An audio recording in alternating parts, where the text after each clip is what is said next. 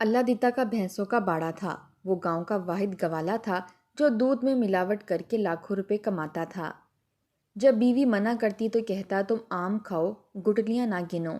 ایک دن بشیر موچی مرحوم کے بچے ننگے پاؤں پھٹے کپڑے پہنے اس کے پاس آئے اور بولے چاچا تھوڑا سا دودھ دے دو، ہماری اماں بیمار ہیں اور وہ امید سے ہیں۔ لیکن اللہ دتا نے انہیں دھکے دے کر نکال دیا اور انہیں اتنا مارا کہ بچوں کے منہ سے خون نکلنے لگا۔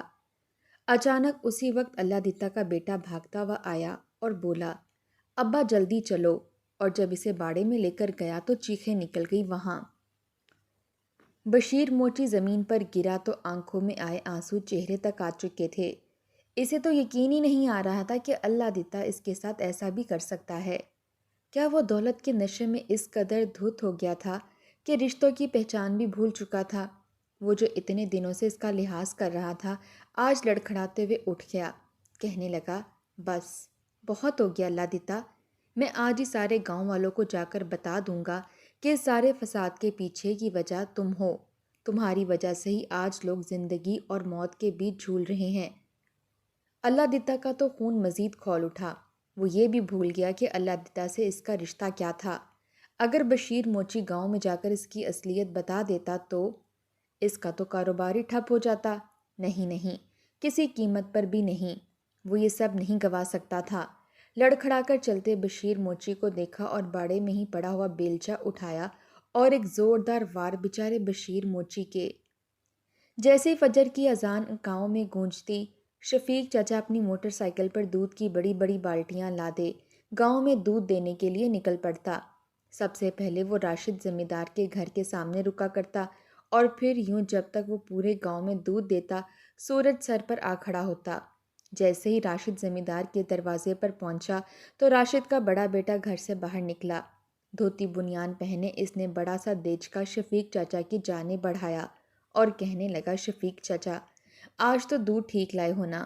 یہ سن کر شفیق چچا نے اپنی گھنی مونچھوں کو تاؤ دیا اور پھر گلا کھنکار کر کہنے لگا پتر جی میں تو روز ہی اچھا دودھ لاتا ہوں، تم لوگ ہی ہو جو اس دودھ جیسی نعمت میں سے کیڑے نکالتے ہو۔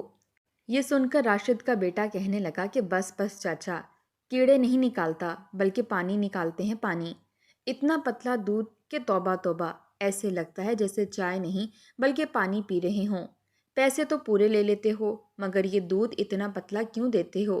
یہ سن کر شفیق چاچا فوراً منہ پھیر کر کہنے لگا بھیا میرا کام تو صرف گھر گھر جا کر دودھ دینا ہے، میں کوئی اپنی ذاتی بھینسوں کا دودھ تو تم لوگوں کو دینے آتا نہیں۔ جتنے بھی شکوے شکایتیں ہیں جا کر اللہ دتا باڑے والے سے کرو، مجھے بلا وجہ باتیں سنانے کی ضرورت نہیں۔ جس قدر اللہ دتا باڑے والا اپنی ناک اونچی رکھتا تھا، سب کو اپنے پیروں کے سامنے رینگتے ہوئے کیڑے مکوڑے سمجھتا تھا، ٹھیک ویسے ہی اس کا یہ دودھ دینے والا شفیق چاچا بھی اکھڑو اور سڑیل مزاج تھا۔ دونوں کے تو پیر زمین پر ٹکتے ہی نہ تھے۔ بہرحال گاؤں والے بھی مجبور تھے کہ صرف اللہ دتا باڑے والے سے ہی دودھ لے سکیں، کیونکہ گاؤں میں کسی کے پاس بھی اتنا دودھ نہیں تھا کہ وہاں سے لیا جا سکتا۔ ہاں چند ایک گھر تھے جن کے پاس اپنی پالی ہوئی گائیں بھینسیں تھیں، مگر اس کے علاوہ باقی سب اللہ دتا کی بھینسوں کا دودھ پینے پر مجبور تھے۔ جو دودھ کم اور پانی زیادہ ہوا کرتا تھا، آج گاؤں والے کچھ زیادہ ہی بفرے ہوئے تھے، اس لیے شفیق چاچا کو اچھی خاصی باتیں سنا کر ہی بھیجا تھا۔ شفیق چاچا جب واپس باڑے پر گیا تو اللہ دتا سر پر بڑی سی پگڑی پہنے دھوتی کرتا پہن کر اپنی ہٹی کٹی بھینسوں کو نہلا رہا تھا، ایک ایک بھینس کو تھپک کر ان کے گن گا رہا تھا۔ شفیق چاچا کا منہ سوجا ہوا دیکھ کر کہنے لگا کیا ہوا شفیقے، تیرا منہ کیوں سوجا ہوا ہے؟ کہیں بیوی سے مار تو نہیں کھا کر آیا؟ یہ سن کر شفیق چاچا کا چہرہ مزید بگڑا، کہنے لگا آپ تو مجھے آگے بھیج دیتے ہو دودھ دینے، مگر اب گاؤں والے مجھے باتیں سنانے لگے ہیں کہ یہ کیسا دودھ دے کر جاتے ہو جو دودھ سے زیادہ پانی معلوم ہوتا ہے، ارے اس سے تو اچھا ہے ہمیں تم پانی ہی بھر کر دے دیا کرو۔ اتنی زیادہ اللہ دتا کی گائیں ہیں تو پھر بھلا وہ کیوں اس قدر دودھ میں ملاوٹ کرتا ہے؟ یہ سن کر اللہ دتا کی بھویں اچک گئیں، کہنے لگا کہ اب جب بھینس ہی دودھ ایسا دیتی ہے تو بھلا میں کیا کر سکتا ہوں؟ آئندہ کے بعد جو تجھے زیادہ باتیں سنائے خاموشی سے اس کا دودھ واپس لے آنا، ایسے ناشکرے لوگ مجھے چاہیے ہی نہیں۔ میں یہاں پر رات دن اپنی بھینسوں کا خیال رکھ رکھ کر ہلکان ہوتا رہتا ہوں اور وہ میری ہی بھینسوں کے دودھ میں نقص نکالتے ہیں۔ شفیق چچا تو وہاں سے جا چکا تھا، جبکہ اللہ دتا کی بیوی کچھ دوری پر کھڑی سر جھٹک کر رہ گئی۔ وہ تو خود گواہ تھی، صبح صبح جیسے ہی اللہ دتا اپنی ساری بھینسوں کا دودھ دوتا تو کئی بالٹیاں اور بڑے دیج کے بھر جاتے۔ پھر وہ خالص دودھ اپنا اور اپنے بچوں کے لیے علیحدہ گھر میں لے جاتا، جس سے اس کی بیوی مکھن اور لسی بنایا کرتی تھی۔ باقی خالص دودھ وہ شہر بھجوایا کرتا، اور جو گاؤں والوں کے حصے میں آتا اس میں 5 کلو کی بالٹیاں بھر بھر کر پانی ملایا کرتا۔ پانی بھی کچھ صاف نہ ہوتا، بعض دفعہ تو بھینسوں کا جھوٹا پانی ہی اٹھا کر وہ دودھ میں ملا دیا کرتا، جس کی وجہ سے اب اکثر گاؤں میں کافی بچے بیمار رہنے لگے تھے۔ اس نے اس کام سے بہت منافع کمایا تھا۔ گاؤں میں سب سے بڑا گھر تو اللہ دتا گوالے والے کا ہی تھا، جو دن دگنی اور رات چگنی ترقی کر رہا تھا۔ اللہ دتا کے 2 ہی بیٹے تھے اور دونوں ہی اسے جان سے پیارے تھے۔ اللہ دتا واحد گوالا تھا جو اس قدر امیر تھا۔ اس گاؤں والوں کی شکایتیں بڑھنے لگیں تو اسے یہ فکر ستانے لگی کہ کہیں لوگ اسے دودھ لینا ہی نہ چھوڑ دیں۔ بھلا پھر وہ اس قدر منافع کیسے کما سکے گا؟ وہ تو دودھ میں پانی ڈال ڈال کر پورے گاؤں تک بھجوایا کرتا تھا تاکہ اسے زیادہ سے زیادہ پیسے مل سکیں۔ اس کی بیوی اکثر اسے سمجھاتی رہتی کہ اس قدر لالچ ٹھیک نہیں، تم کیوں اپنی کمائی میں حرام شامل کر رہے ہو؟ مگر اسے تو کسی بات کا اثر ہی نہ ہوتا، اسے تو بس پیسہ نظر آتا تھا۔ ایک روز وہ شہر گیا اور وہاں سے ایک خاص قسم کی دوا لے کر آیا۔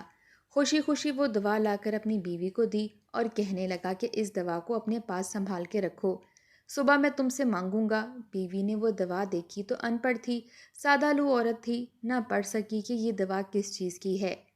اگلی صبح جب تازہ چارہ بھینسوں کے لیے لایا گیا اور اسے کاٹا گیا تو اللہ دتا نے وہ دوا ہر ایک بھینس کے چارے میں ملا دی۔ جیسے جیسے بھینس وہ چارہ کھاتی، اگلے روز وہ دودھ پہلے سے دگنا زیادہ دیتی۔ وہ دودھ بھی اس قدر گاڑھا تھا کہ اللہ دتا تو مزید خوش ہو گیا۔ اس روز جب دودھ لوگوں کے گھروں تک پہنچا تو وہ گاڑھا اور خوش ذائقہ تھا۔ یہ دیکھ کر تو گاؤں والے خوش ہو گئے، کہنے لگے کہ لگتا ہے کہ اللہ دتا بھائی کو عقل آ گئی ہے۔ کئی ہفتے یوں ہی گزر گئے، لوگوں کے گھر اب بھی ملاوٹ زدہ دودھ ہی جا رہا تھا، مگر بس وہ پہچاننے سے قاصر تھے۔ مگر دھیرے دھیرے اللہ دتا کی ساری بھینسیں پہلے سے کافی کمزور پڑنے لگیں۔ وہ دودھ تو بہت دے رہی تھیں مگر ان کی صحت گرنے لگی تھی۔ یہ دیکھ کر پھر اسے پریشانی ہونے لگی کہ اگر خدا نخواستہ بھینسیں بیمار ہو گئیں یا انہیں کچھ ہو گیا تو پھر کیا ہوگا۔ اس فکر نے اسے پریشان کر دیا اور اس نے اپنی بھینسوں کو وہ دوا دینی بند کر دی۔ اگلے روز پھر شہر گیا اور ایک ایسا پاؤڈر لے کر آیا جسے دودھ میں ملایا جاتا تو دودھ خود بخود ہی گاڑھا ہو جاتا۔ وہ اس دوا کے کئی پیکٹ لے کر آیا اور لا کر پھر بیوی کو تھما دیے۔ بیوی بھی پریشان ہو چکی تھی، اللہ دتا سے کہنے لگی کہ تم یہ سب کچھ بند کیوں نہیں کر دیتے؟ کیوں معصوم گاؤں والوں کی جان کے پیچھے پڑے ہو؟ اتنا لالچ بھی اچھا نہیں ہے۔ یہ سن کر اللہ دتا بولا، ارے پاگل عورت، تم آم کھاؤ، گٹلیاں نہ گنو۔ جو یہ عیاشی اور سکون تجھے مل رہا ہے، تجھے وہ راز کیوں نہیں آتا؟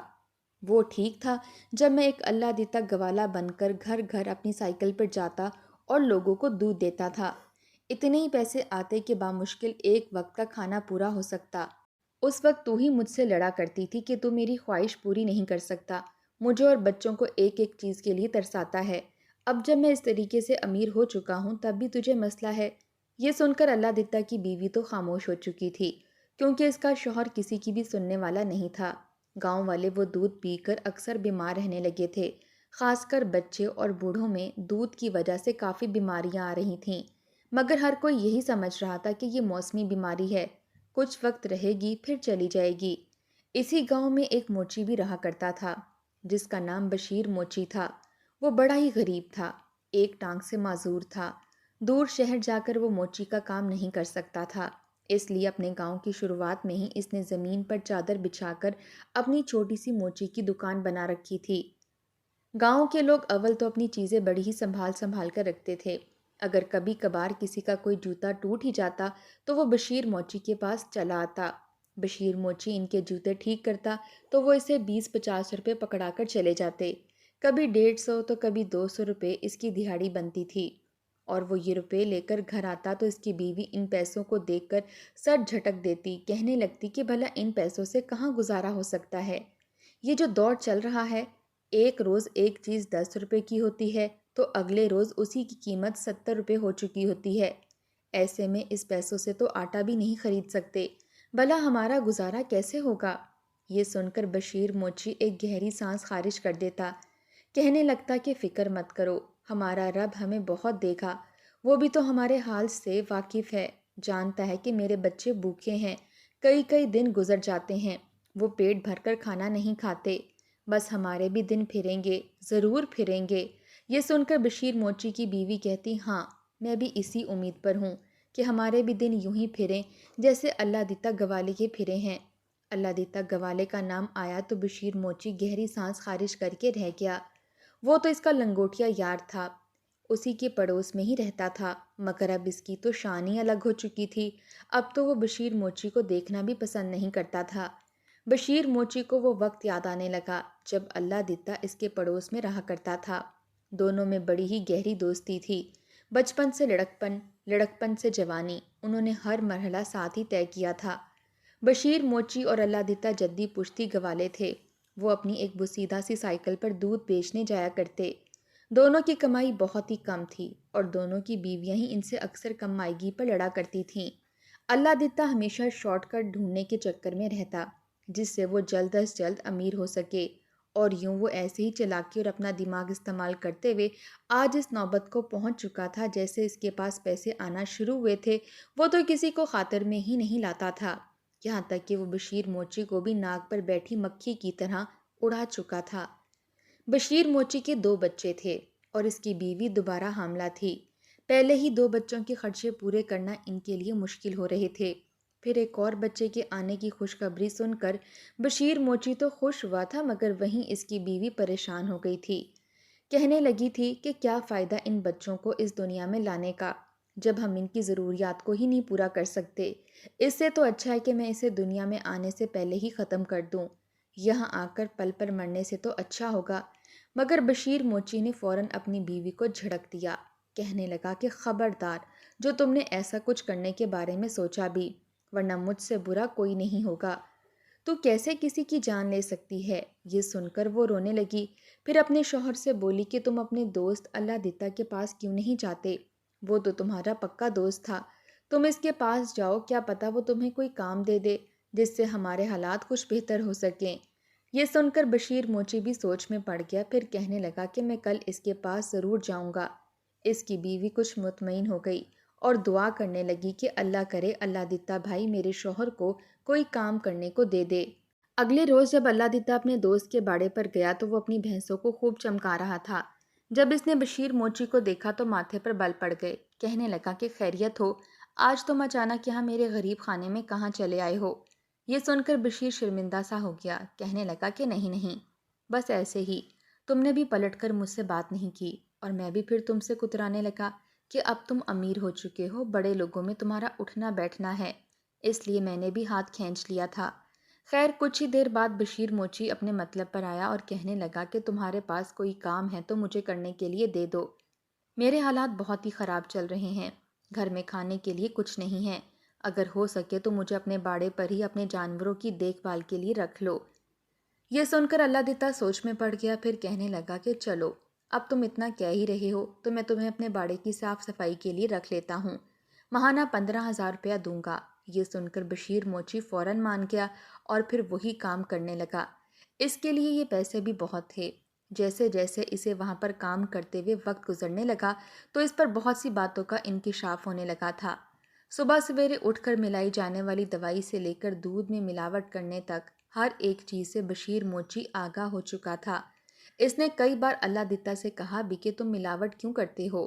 خدا کا دیا تمہارے پاس اتنا سب کچھ ہے، اتنی بھینسیں ہیں، اگر تم خالص دودھ بھی گھر گھر بیچو تو تمہارے پاس اچھی خاصی آمدنی ہو سکتی ہے، مگر اس کے باوجود تم ایسا کیوں کرتے ہو؟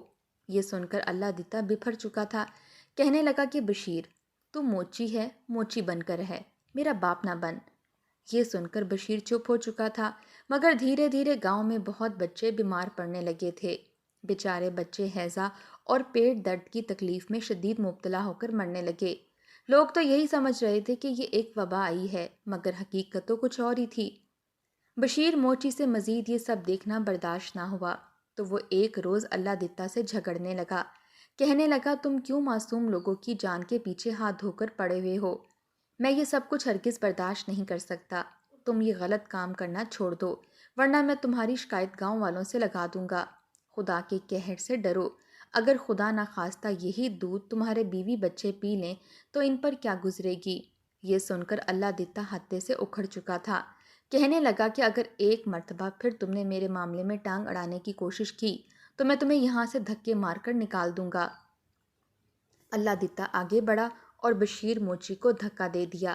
بیچارہ بشیر منہ کے بل زمین پر گرا تھا، ایک ٹانگ سے ویسے ہی لنگڑا تھا، گرنے سے تو جیسے اسے صدمہ پہنچا تھا۔ بشیر موچی کی آنکھوں میں آنسو آ چکے تھے، کہنے لگا کہ میں تو تمہیں سیدھی راہ لگا رہا تھا، میں تو تمہیں آج بھی اپنا دوست سمجھتا تھا، مگر اللہ دتا اس پر چڑھ دوڑا، اس کی تذلیل کرنے لگا۔ آخر کو بشیر موچی بھی اٹھ کھڑا ہوا اور کہنے لگا کہ ٹھیک ہے، اگر تم اپنے کارناموں سے باز نہیں آؤ گے تو میں بھی گاؤں والوں کو بتا دوں گا کہ اس سارے فساد کی جڑ تم خود ہی ہو، تمہاری ہی وجہ سے آج اتنے لوگ مر رہے ہیں اور ان کی طبیعتیں خراب ہو چکی ہیں۔ یہ سننا تھا کہ اللہ دتا کے ہاتھ پاؤں پھولنے لگے۔ اگر بشیر موچی گاؤں والوں کو بتا دیتا تو اس کا تو کام ہی ٹھپ ہو جاتا، کوئی اس سے دودھ نہ خریدتا اور وہ ایک مرتبہ پھر وہیں پر آ کر کھڑا ہو جاتا۔ بشیر موچی بھی بپھر چکا تھا، وہ مزید اس کے راز سے پردہ اٹھاتے ہوئے کہنے لگا، میں صرف اتنا ہی نہیں بتاؤں گا بلکہ یہ بھی بتاؤں گا کہ یہ ساری بھینسیں چوری کی ہیں۔ تمہارے پاس تو ایک ہی مریل سی بھینس ہوا کرتی تھی، باقی بھینسیں تو تم نے گاؤں کے ذمہ داروں کے گھر سے رات کو گھس کر بھینس کے بچے چرا چرا کر تم نے اپنا یہ باڑا بنایا تھا۔ اپنے راز فاش ہوتے دیکھ کر تو اللہ دتا ہڑبڑا سا گیا۔ بشیر موچی اس کے باڑے سے نکل کر جا ہی رہا تھا کہ اسی پل اللہ دتا نے بغیر سوچے سمجھے بیلچہ اٹھایا اور پوری قوت سے بشیر موچی کے سر پر مار دیا۔ بیلچے کا لگنا تھا کہ بشیر موچی چلا کر وہیں زمین پر گر گیا۔ اس نے 3-4 بار اس کے سر پر وار کیے اور بشیر موچی وہیں اپنی جان کی بازی ہار بیٹھا۔ اس کے بعد گاؤں میں یہ خبر پھیلی کہ بشیر موچی باڑے کی صفائی کرتے ہوئے گرا اور اس کا سر کسی نوکیلی چیز پر لگ گیا، جس کی وجہ سے موقع پر ہی وہ وفات پا گیا۔ جب یہ خبر اس کی بیوی اور بچوں تک پہنچی تو بیچارے روتے دھوتے باڑے تک پہنچے۔ بشیر کی یہ حالت دیکھ کر تو اس کی بیوی پھوٹ پھوٹ کر رو رہی تھی۔